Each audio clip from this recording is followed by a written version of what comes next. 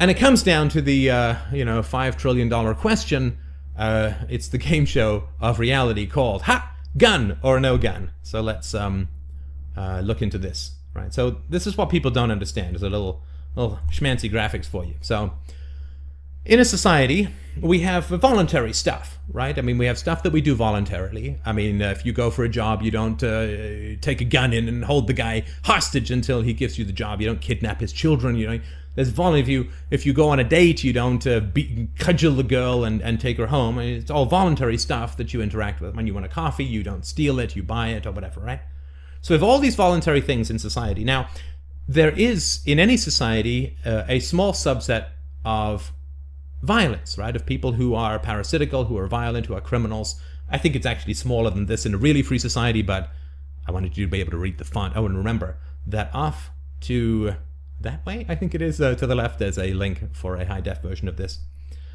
So we've got voluntary and we've got violent. And then there's a whole bunch of people who say, we need a government because of this violence, and we're going to use the government to make this violent aspect of society smaller. So they create a state. Now, of course, the state always comes with society, but it's the general justification that's used. And so the state is supposed to jump up and down on this violent thing and make it go away, and the trade-off is that we get less violence. But that's not what happens. Of course, the state is an agency of violence. The reason it's slightly overlapped with voluntary is there's this illusion called democracy, at least in modern times.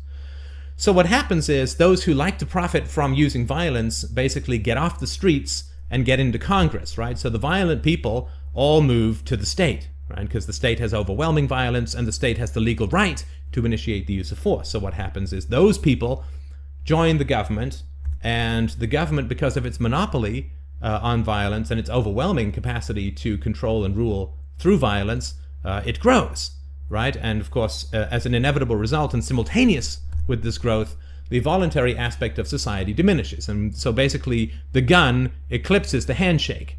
The visible fist smashes aside the invisible hand. And that is, of course, where we are at the moment, right?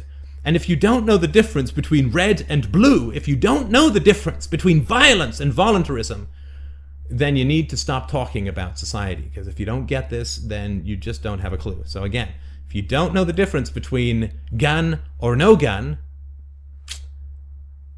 if you think that punching into a Starbucks job that you got voluntarily that services voluntary consumers, if you don't get that that's voluntary and you equate it to Abu Ghraib, then you don't get something very fundamental about life. Now, I understand that Starbucks probably lobbies the government, and so there's edges, of course, absolutely.